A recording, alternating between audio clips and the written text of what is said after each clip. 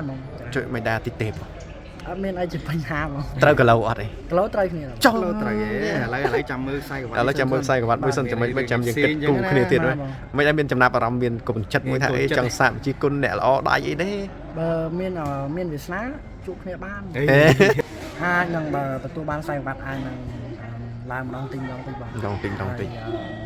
យើងអត់មានខ្សែនៅក្នុងយើងមានតែសមត្ថភាពមានតែសមត្ថភាពនេះយ៉ាងហោចនិយាយមែនពេលខ្លះនៅក្នុងបណ្ដាញសង្គមគឺគេអត់សូវតាមដាននេះក៏អត់សូវស្គាល់ទេអត់សូវស្គាល់ទូទៅទេដោយការទៅតាមខ្សែក្រវ៉ាត់នៅក្រៅស្រុកចឹងគឺអត់សូវមានតែជាក់ស្ដែងគឺចឹងមែនយើងមកដល់បាទសួស្ដីក្រុមអចិន្ត្រៃយ៍ខ្ញុំនិយាយខ្សែក្រវ៉ាត់ដូចចូលញឹកញយដល់មួយរយៈនេះណាបាទខ្សែក្រវ៉ាត់ច្រើនចឹងមានថាបាក់ស្ពីបាក់កន្លែងដាក់ទេពេលហូរច្រើនណាស់បាក់ទេបងយើងចិត្តទិញអាកន្លែងដាក់ថ្មីអញ្ចឹងច្រើនវិញទិញកន្លែងដាក់ថ្មីចូលនិយាយចុះថ្ងៃក្រោយទិញដាក់មកកពេញមួយក្លឹបគិតមិនចឹងរកដាក់ណាអត់អីទេបងព្រោះអីឃ្លាំងយើងធំណាស់ក្លឹបយើងធំណាស់អត់មានគិតយកលក់ខ្លះហើអត់កូនមើលមកដល់បច្ចុប្បន្ននេះខ្សែក្រវ៉ាត់ប្រហែលហើយ7បង7និយាយសារអីខ្លះប្រភេទកន្លែងខ្លះមានគុណខ្មែរហើយនឹងគុណចម្រុះប្រហែលខ្សែ2ខ្សែចុះសម្រាប់ខ្សែក្រវ៉ាត់គុណខ្មែរដែលបាននិយាយក្នុងស្រុកឈ្នះណាគេខ្លះកាលហ្នឹងវាយមួយបរទេសការគុណខ្មែរពិភពលោកអញ្ចឹងបាទឈ្នះបាទបន្ទុកឬក៏មិនឈ្នះបន្ទុកហ្នឹងចុះមានប៉ះខាងណាទៀតទេអត់ចុះដូចជាប៉ះឧចរិតដែរអូអាហ្នឹងISKA មិនខ្ញុំនិយាយវល់គុណខ្មែរឡើយយើងកាន់ ISKA បាទ ISKA ប៉ះវៀតណាមមួយហើយនឹងបងឧចរិតវៀតណាមកាលនោះផ្ដួលឬក៏យកឈ្នះបន្ទុកគាត់ឈ្នះបន្ទុកចុះឧចរិតក៏ឈ្នះបន្ទុកដែរអញ្ចឹងពីជុំខ្លាចចំចាស់ខ្សែក្រវ៉ាត់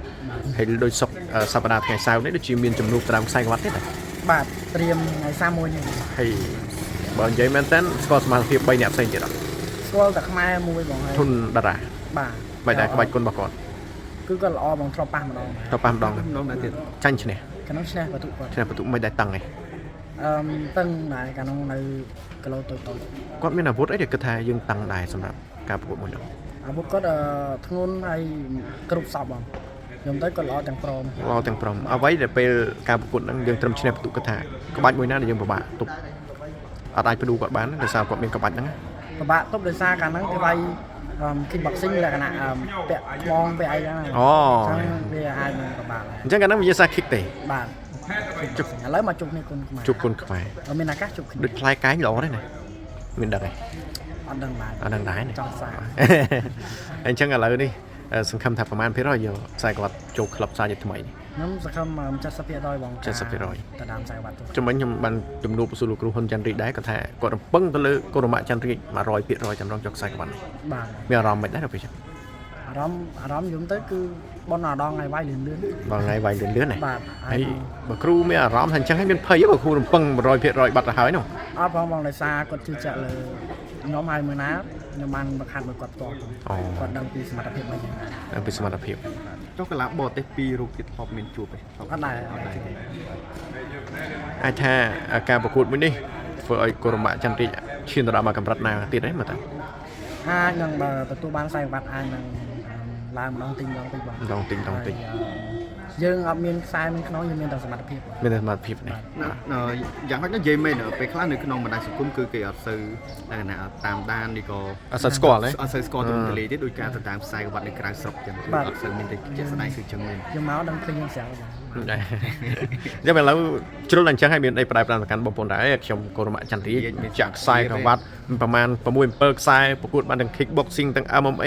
ទាំង boxing ទៀតឥឡូវថាប្រកួតមានឈ្មោះប្រកួតបដៅសកលទេនេះអញ្ចឹងមានអីប្រែប្រាំបងប្អូនដែរតែខ្ញុំល្បីខ្លាំងដែរតើបងប្អូនជួយចាប់អារម្មណ៍ផងបាទខ្ញុំបាទ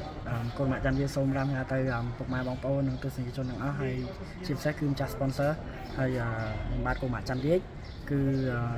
សមត្ថភាពមិនធម្មតាដែរទេការប្រកួតខ្ញុំទៅការប្រកួតរបស់ខ្ញុំវាអត់ឲ្យថាយើងឡើងទៅយកលុយរបស់គេមកវាឲ្យហើយបងយល់បាទអញ្ចឹងគឺយើងមានតែសមត្ថភាពយើងបញ្ចេញឲ្យពីសមត្ថភាពយើងមានប៉ុណ្ណាយើងបញ្ចេញប៉ុណ្ណាហើយជាពិសេសគឺចង់ឲ្យម្ចាស់ sponsor គាត់ទទួលបានការភាពរីករាយនិងជឿជាក់លើយើងដើម្បីថា